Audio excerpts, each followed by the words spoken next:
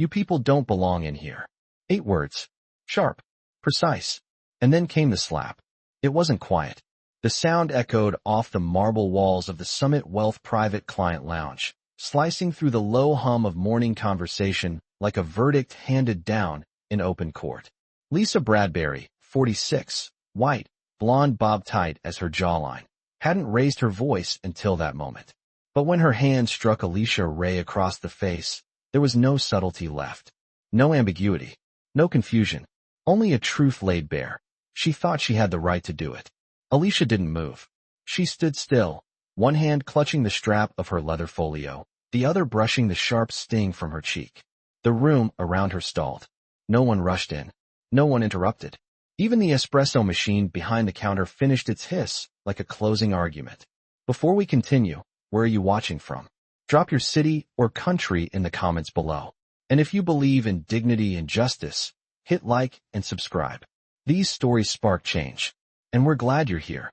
Now, back to Alicia. She had walked into Summit Wealth's flagship Miami branch just 4 minutes earlier. No bodyguards. No loud entrance. No symbols of power. Just navy slacks, white blouse, dark skin, and the kind of stillness only a woman who'd built a billion-dollar portfolio from the ground up could carry. The receptionist hadn't asked for ID, just pointed her to the glass lounge once Alicia mentioned a high-value withdrawal. But as soon as she stepped in and placed her folio on the table, Lisa had emerged from the back like a heat-seeking missile. Excuse me. Lisa's voice was firm. This lounge is reserved for verified clients, not walk-ins.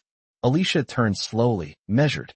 I'm here for a scheduled transaction. My name is... I don't care what your name is. Lisa cut her off, her heel clicking once against the polished floor as if to assert finality.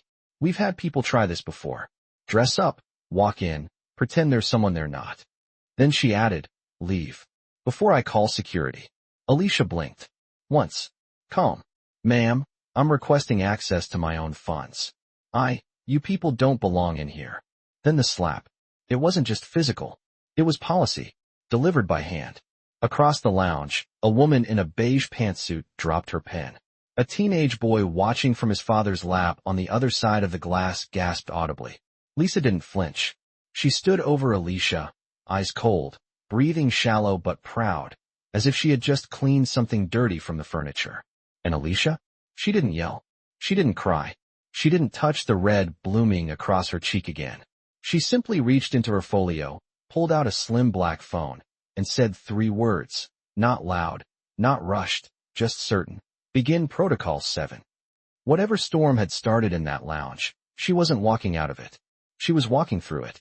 And when she reached the other side, it wouldn't be her reputation on trial. It would be theirs. The lounge had been curated for silence, soft jazz, frosted partitions, imported orchids spaced exactly 6 feet apart. But now, it breathed differently. The silence wasn't calming. It was watching. And every eye inside that room was now fixed on the woman standing with a mark on her face and steel in her spine. Alicia Ray did not move. She didn't straighten her blouse or smooth her hair. She let the sting stay on her skin, like evidence. Like a warning. Lisa Bradbury, still standing 3 feet away, folded her arms. Calling someone doesn't make you a client, she said. I don't know where you got that folio, but you're done here. Across the lounge, a junior associate named Jaden Parks, 26, black, buttoned up, fresh out of training, watched from behind the espresso bar. His mouth opened slightly, but his manager Robert shot him a look. Jaden shrank back, but he'd seen the list that morning. Alicia Ray, 9:45 a.m., VIP, executive tier, pre-verified withdrawal. He hadn't said anything. He hadn't thought he needed to. Now, shame crawled up his throat like acid. Lisa took a slow step closer to Alicia, voice low but loud enough to sting. I've worked in this industry for 20 years. I know what a fraud looks like. She gestured toward the security camera above them. That slap? That was discipline. You brought it on yourself. Alicia didn't look at her. She looked beyond her, past Lisa, toward the glass doors. And in walked 2 people. One, a man in a gray suit, tall, with a tablet clutched in hand. His badge read, Internal Ethics Liaison. The other, a woman with cropped hair, no expression, phone to her ear. They didn't introduce themselves. They didn't need to. Lisa's smirk faltered just a beat. You called people, she asked Alicia. Cute. Still doesn't change anything. This room is for real clients. Alicia finally spoke again. Voice steady, tone flat, words crisp. Is that what you tell all your real clients after hitting them? A ripple moved through the room. It wasn't noise. It was temperature. The woman with the cropped hair leaned to whisper in the ethics officer's ear. He nodded once, then turned to Lisa. We'll need you to step aside for a brief verification protocol, he said. Now. Lisa blinked. Once. Twice. What? I'm the branch manager, and I'm auditing the last 10 minutes of this lounge's surveillance feed, the officer interrupted. Liv. For a moment, Lisa didn't move. Then she looked at Alicia, eyes narrowing. You're making a mistake, lady. You have no idea who you're dealing with. Alicia finally turned to face her directly. No raise in voice. No dramatics. Just wait. Oh, but I do. You're a woman who thinks her job gives her the right to police people who don't look like her. You're the reason rooms like this stay quiet. And that ends today. Jaden flinched as if someone had slapped him this time. Not from guilt, but recognition. Lisa scoffed, trying to recover. This is going nowhere. She still hasn't shown ID. She still hasn't proven anything. Alicia didn't respond. She reached into her folio again, slow, unbothered, and pulled out a single card. It was black. Matte. No logos. Just 3 engraved letters. ARC. She placed it gently on the table beside her. Jaden's breath caught. ARC, Alicia Ray Capital. Parent company of Raybridge Holdings. Parent company of Summit Wealth. And Lisa had just slapped its CEO. The ethics officer looked at the card. His jaw tensed. Lisa, still pretending not to understand, hissed. That doesn't prove anything. She could have bought that online. Jaden couldn't stay silent any longer. His voice was quiet, but clear. I saw her name on today's schedule. She's not a guest. She owns us. The room was no longer silent. It was shifting, and Lisa Bradbury had just realized. She hadn't struck a con artist. She had struck the woman who signed the audits that determined if this branch lived or died. And Alicia? She hadn't moved an inch. Because justice didn't need motion. It needed stillness, and the right people watching.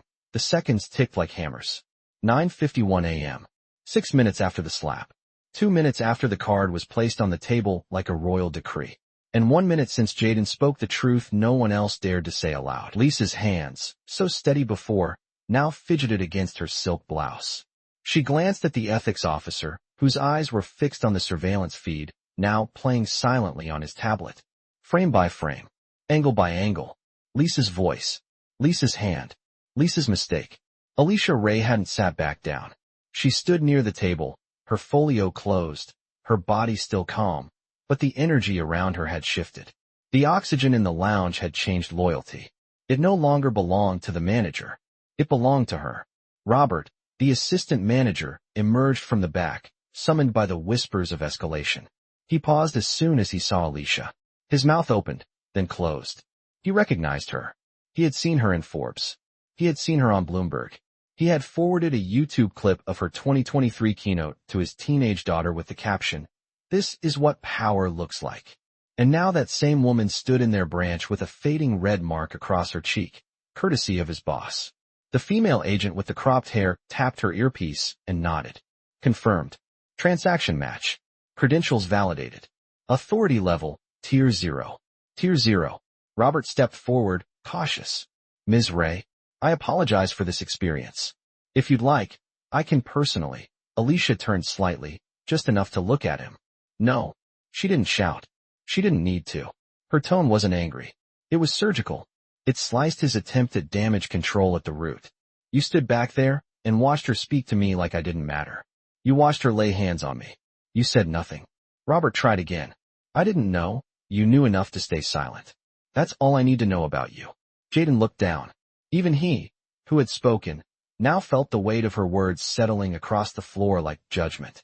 The ethics officer stood upright. We're halting branch operations effective immediately. The system lock is active. Client access suspended. Lisa gasped. You can't shut us down. We're mid-cycle. You struck a verified executive of the parent company on video. That supersedes your cycle. The officer turned to Alicia. Do you wish to proceed with internal branch termination protocol? She didn't answer right away. Her eyes scanned the room, the frozen clients, the terrified staff, the guilt-stricken Jaden. The trembling Lisa. The nervous Robert. And she whispered, 10 minutes. The officer nodded. 10-minute countdown begins now. Security override in effect. Lisa's voice cracked. You can't do this. I have 3 kids. Alicia turned. Her voice didn't raise, but it carried.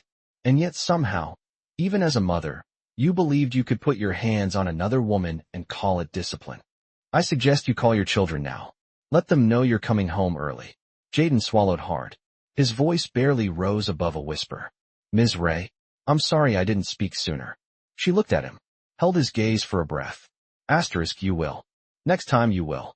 Outside the glass lounge, other clients were peering in. One held up a phone, silently recording. The TikToker from earlier whispered into her mic. Something crazy's happening at Summit Wealth right now. This black woman just shut the whole place down. 9:54 a.m. And the clock was still ticking. 10 minutes wasn't just a countdown. It was a reckoning. 9:55 a.m. 1 minute into the 10-minute countdown. The atmosphere inside the Summit Wealth VIP lounge had calcified, not with fear, but with precision. Every second now had intent. Alicia Ray turned slightly toward the glass wall, watching as security shutters descended over the main entrance. Not loud, not rushed, just final. System lockdown in progress, the ethics officer confirmed. His voice calm, his tablet glowing red with authority. Inside the lounge, chaos wore silence as a mask. No one screamed, no one cried, but you could feel the unraveling. Lisa stepped backward, heels now unsure against the polished tile. Her authority, once unshakable, was evaporating under fluorescent lights. She wasn't the voice in the room anymore. She was the case file. You're making a scene for no reason, she muttered toward Alicia. This could have been a conversation. Alicia turned her head just enough to meet Lisa's gaze. You're right. It should have been. But you made it a demonstration. Jaden shifted nervously near the espresso counter, eyes flicking between Alicia and the security feed looping above. He had been trained on fraud protocols, on escalation procedures. But no one had prepared him for what to do when power walked in wearing grace and got slapped. Robert, attempting one last salvage, approached the ethics officer. Please, can we at least retain access to the digital servers? We have payroll running. The officer didn't even look up. All operations suspended per Protocol 7. Local and cloud systems disconnected at 9:53. Backup protocols under review. Robert exhaled slowly. He knew what that meant. No access. No payroll. No jobs. He turned to Lisa. We're not just losing the branch, he said, voice low. We're losing the bank. Lisa didn't respond. She was watching Alicia, not with hate anymore, but with a kind of terrified reverence. Like someone realizing the person they'd humiliated held their fate in one calm breath. Outside the lounge, more people were gathering. The lobby was now a stage. Phones were out. Whispers spread like smoke. Alicia's phone vibrated once. She glanced at the screen. CFO, confirmed. Public holding notice drafted. Ready to file SEC withdrawal. She didn't smile. She didn't blink. She just typed 2 words. Proceed quietly. And then she turned to Jaden. You knew. You didn't act. Jaden looked down again. I was scared, he said. I thought someone else would step in. Alicia nodded slowly. That's what this place was built on. That fear. That silence. But you're better than this branch. You know how I know. She stepped closer. Because you're still here. He didn't know what to say. Alicia turned her eyes to the entire staff now. The receptionist frozen at her desk, the tellers watching from behind frosted partitions. To those who sat in silence, who watched and did nothing, your silence was your answer. And to those who tried to justify her violence, your job ends when this countdown does. 9:57 a.m. Lisa's lips trembled. She tried one last shot of desperation. We're just doing our job. We protect the bank. Alicia tilted her head. You protect an image, not a principle. And now that image is bleeding on every screen outside this room. Someone outside was live streaming. The view count climbed rapidly. Comments poured in. Did she really shut down the bank? That's Alicia Ray. She owns Summit. Y'all, this is history. The agent with the cropped hair looked at Alicia. 5 minutes remaining. Alicia nodded once. She walked back to her seat. Not because she was retreating, but because she had already won. And now, she was letting the rest of the room catch up. 9:58 a.m. 3 minutes left. Outside the glass wall of the lounge, The crowd had grown. Clients, staff, passers-by. Some watched silently. Some whispered to each other. Some live-streamed. Their phones tilted just enough to capture the woman sitting calm in the middle of it all, as if the chaos spun around her, not through her. Inside, Lisa was unraveling. Not loudly, not messily, but like a thread being pulled from a sweater she thought was stitched too tightly to ever come apart. Her phone buzzed on the table. Regional, call me now. HR flag. Termination protocol triggered. C-suite. What the hell happened? Lisa didn't dare pick it up. Robert stood to the side, no longer moving, hands folded. His job was likely gone, but at least he hadn't slapped the CEO on camera. Small mercies. Jaden still hadn't sat down. He remained near the espresso bar, watching Alicia, not with guilt anymore, but with something else. Something unfamiliar. Respect. He wasn't the only one. From the far corner, an older black woman, mid-60s, pearls at her collar, a client, stood slowly.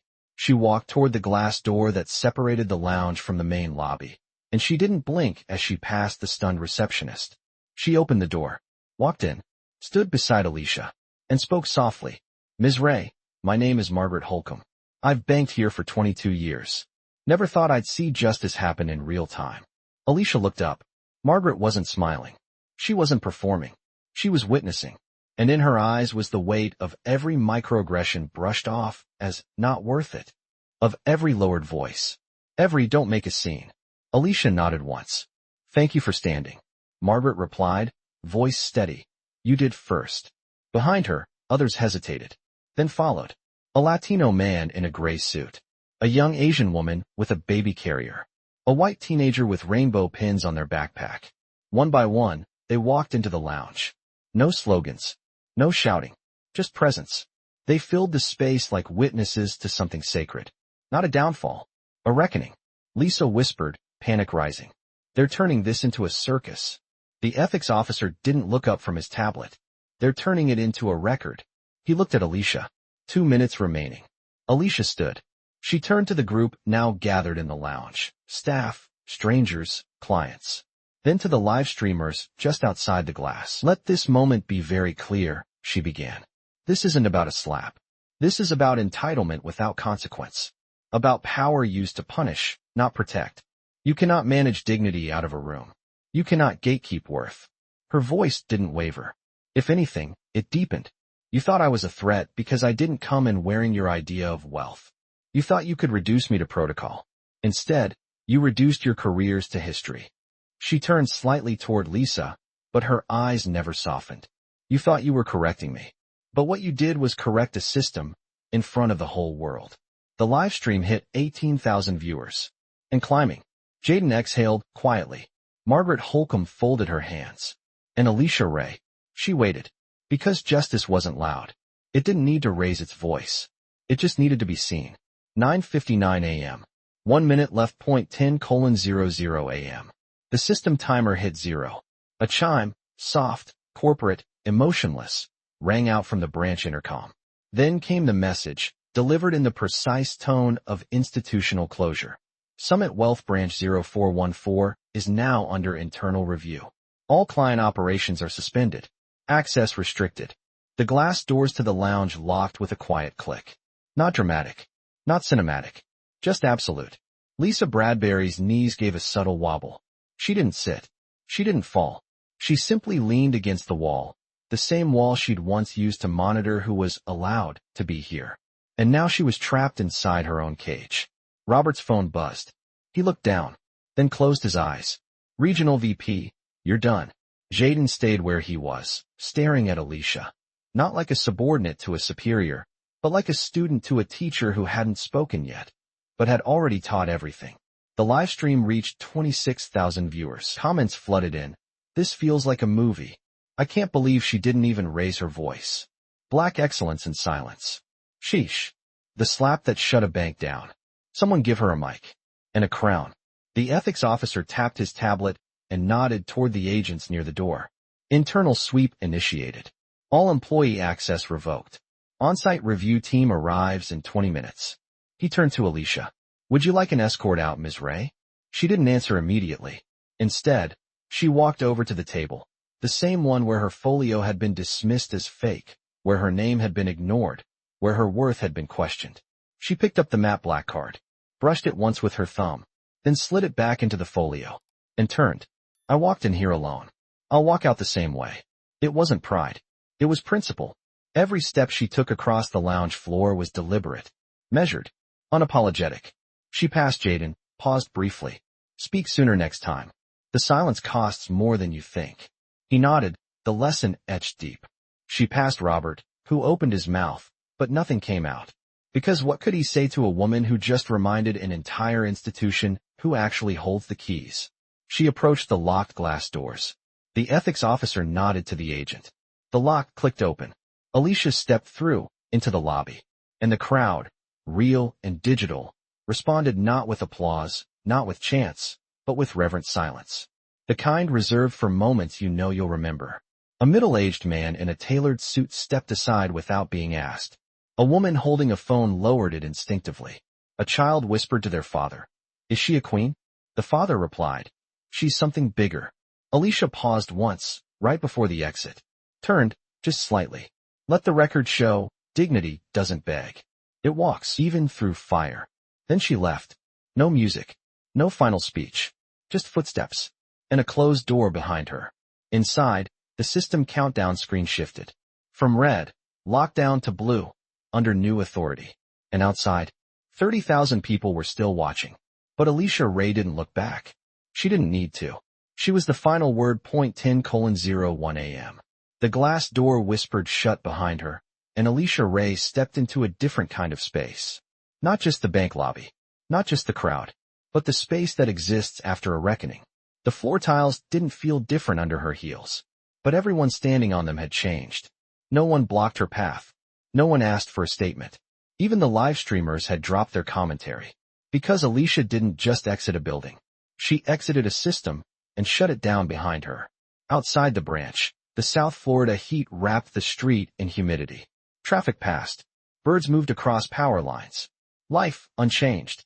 But inside the pockets of 32,000 viewers now watching across phones and tablets, a story had rooted itself. A story without shouting. Without scandal. Just a woman walking through fire and not smelling of smoke. Alicia reached her car. It wasn't flashy. No chauffeur. No Rolls-Royce. Just a dark electric SUV, spotless, silent. She opened the door, stepped inside, and shut it softly. Then paused. A second of stillness. A breath. And then her phone lit up. 12 messages waiting. 2 missed calls. 1 priority alert. She tapped a voice memo. SEC filing complete. Public notice delayed per your instruction. All regional branches frozen pending board review. Another one. Media request already in. They want a quote. She didn't respond. Not yet. Instead, she opened her camera app. Switched to selfie mode. Not to record, but to look. Her cheek was still faintly red. But not swollen. Not bleeding. Just there. A mark. A reminder. Not of pain, but of restraint. Of everything she didn't say. Didn't yell. Didn't scream. Because Alicia Ray didn't need noise. She had reach. She placed the phone back in the console and started the car. But just as she pulled into gear, her passenger door opened. Jaden. He wasn't supposed to be here. She didn't invite him. But somehow, in the blur of shutdowns and whispers and watching her walk away, he followed. And now he stood, hesitant, unsure if he'd just ruined his life or found it. Alicia looked at him. What are you doing? Jaden swallowed. I quit. Silence. He continued. I didn't speak when I should have. I watched it happen. I watched you stand alone. And it didn't sit right. She didn't respond. He took a breath. I don't want to work under people like that anymore. I'd rather learn from someone like you. More silence. Then Alicia tilted her head. Not a yes. Not a no. Just considering. You have a lot to unlearn, she said. He nodded. I know. And even more to prove. He nodded again. She tapped a single button on her screen. A contact popped up. Raybridge Mentorship Tier 3 candidates. She added his name. Tapped pending. You have 60 days to show me you're worth the risk.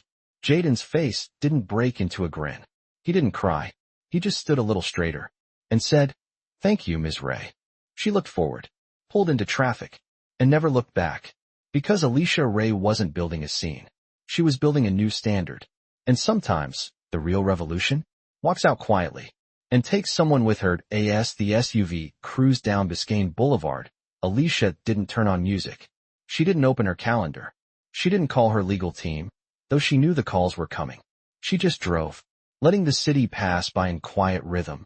Palm trees, glass towers, cranes still chasing the sky. But even silence has memory.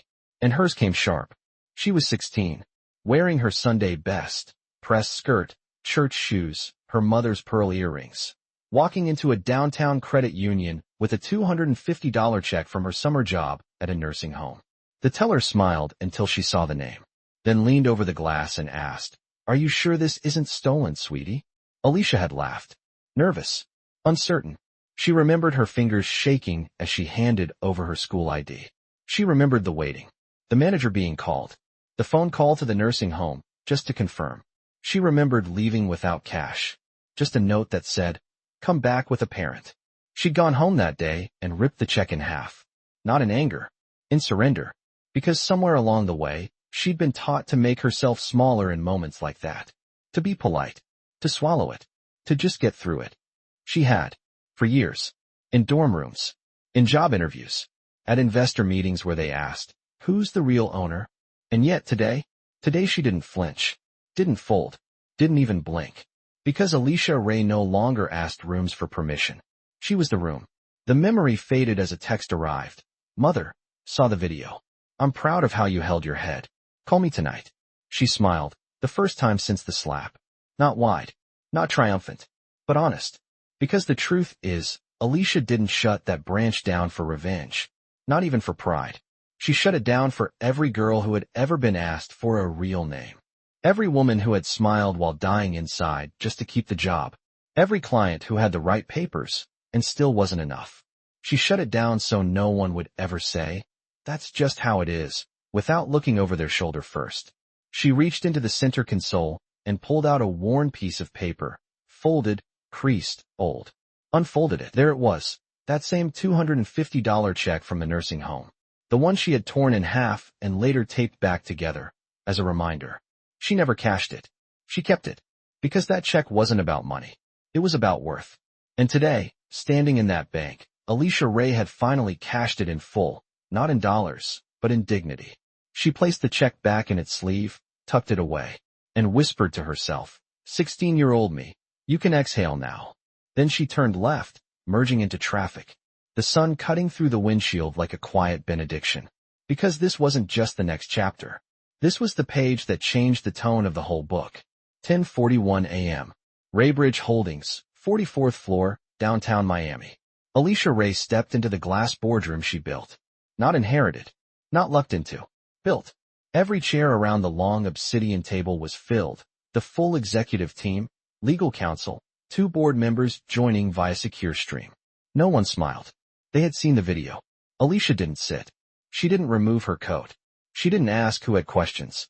She just said, "If anyone here feels uncomfortable with what happened this morning, you're free to submit your resignation." Silence. One of the board members leaned into frame. "Ms. Ray, the footage is already at 1.2 million views. We have press requests. The market is watching." Alicia nodded. "Good. Let them." Her general counsel shifted in her chair. "To be clear, you initiated a lockdown on a subsidiary branch without prior legal notice. That opens us to potential." Alicia raised a hand. She didn't interrupt often, but when she did, people stopped mid-breath. "Let me be clearer." She walked to the head of the table. "They struck the CEO of the parent company on camera. They falsified access denial to a verified client. They humiliated a stakeholder in a public setting. That branch wasn't shut down by me. It shut itself down when it decided perception mattered more than protocol." She turned to the screen. "I won't apologize for being present in a space I own. I won't pretend that what happened was an isolated incident. And I damn sure won't issue a sanitized statement so the press can sleep easier than I did last night." Silence again. But this time, not stiff. Not resistant. Just recalibrating. Another exec cleared his throat. "Alicia, if I may, we've gotten letters of support. Hundreds. From Black founders, women in finance, even retired employees. There's momentum." She raised an eyebrow. "You're surprised?" He smiled quietly. "Only by how fast it's building." Alicia let that settle. Then she walked to the side of the room, tapped the screen. A graph appeared. Raybridge Holdings, brand trust surge, 6-hour window arcing upward like vengeance made visual. She looked around the table. Eyes sharp, posture soft. This isn't just a PR moment. It's a reckoning. We either become the company that finally acts, or the one that apologizes too late. I've chosen. She looked toward the legal team. Terminate Lisa Bradbury's contract. Effective immediately. Payout frozen pending investigation. And the others who stood silent? Someone asked. Internal review. Anyone who watched and stayed quiet, we watched them back. No one argued. No one had room to. Because Alicia hadn't just responded. She'd rewritten the script. The last time she'd stood in this room, it was to approve a $40 million acquisition. This time, it was to protect something worth more than capital. Dignity. And dignity didn't negotiate. As she walked out of the boardroom, her assistant handed her a phone. CNBC, BBC, Forbes, and the Root want quotes. And Ms. Oprah's team called again. Alicia paused. Tell them I'll speak when I'm ready. She didn't rush, didn't ride the wave. Because she was the wave. And this boardroom?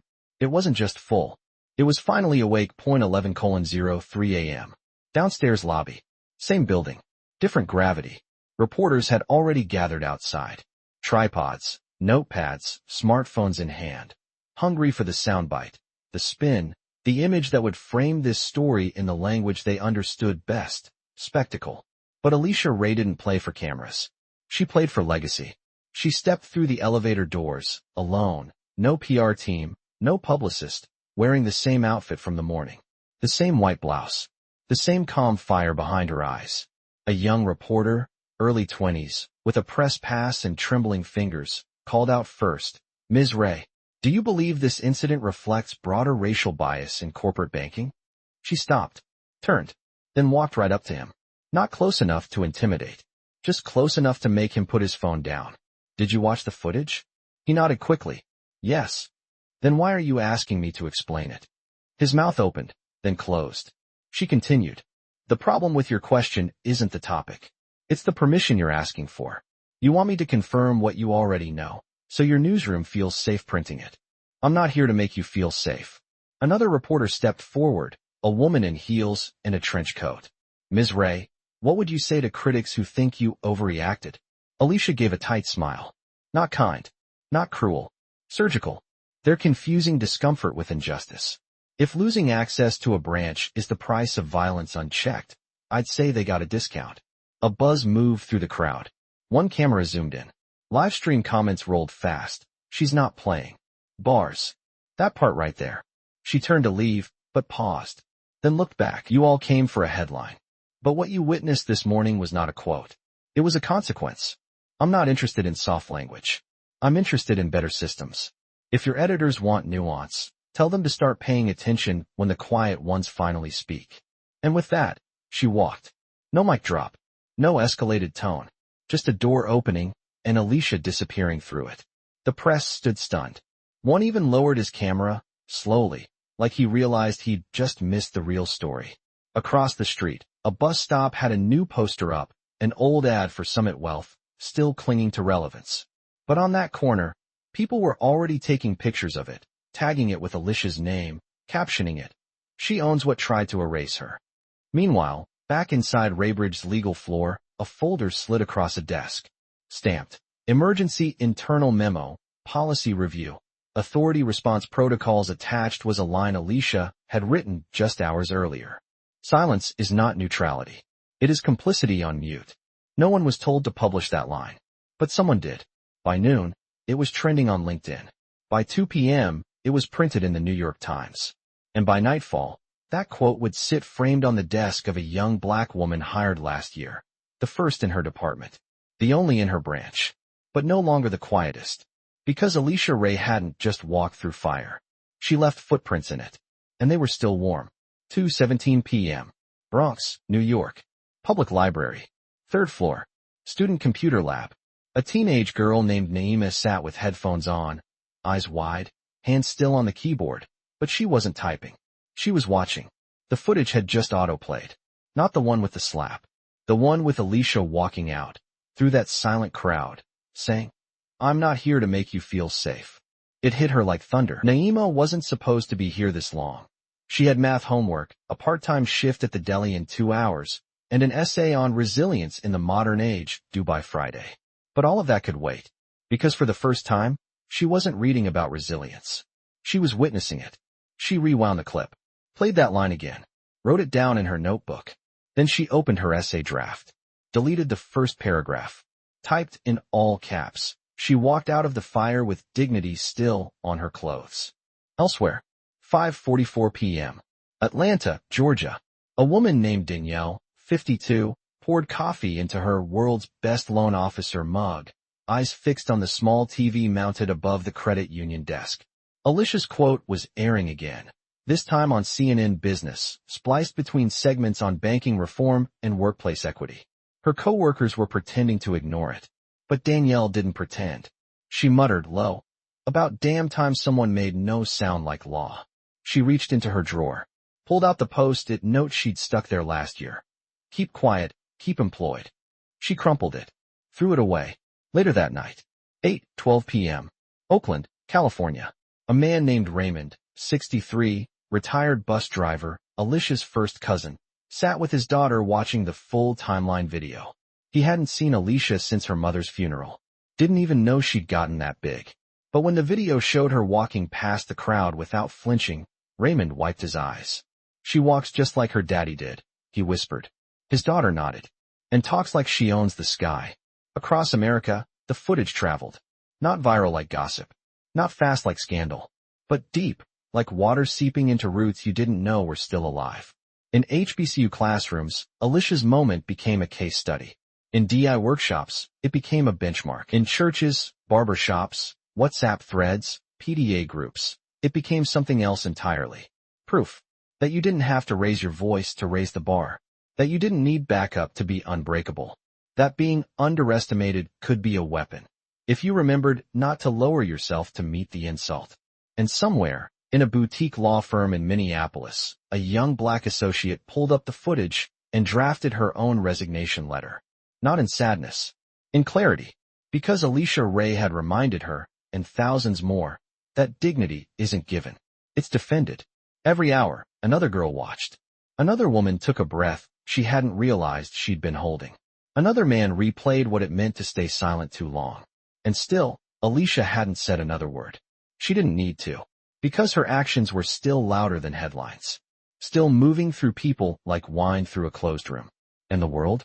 It was still adjusting to the sound. 11:56 p.m.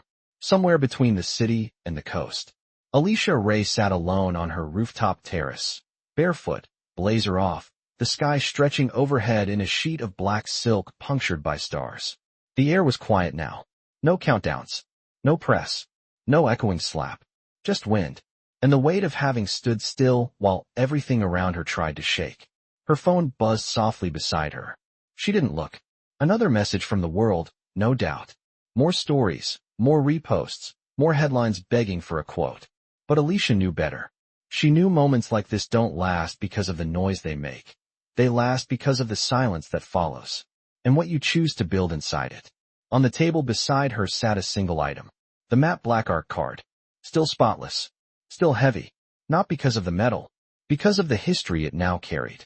Across the city, the bank branch stood dark. Still sealed. The logo above the entrance no longer looked like authority. It looked like apology. And the staff? Some were terminated. Some resigned. Some reflected.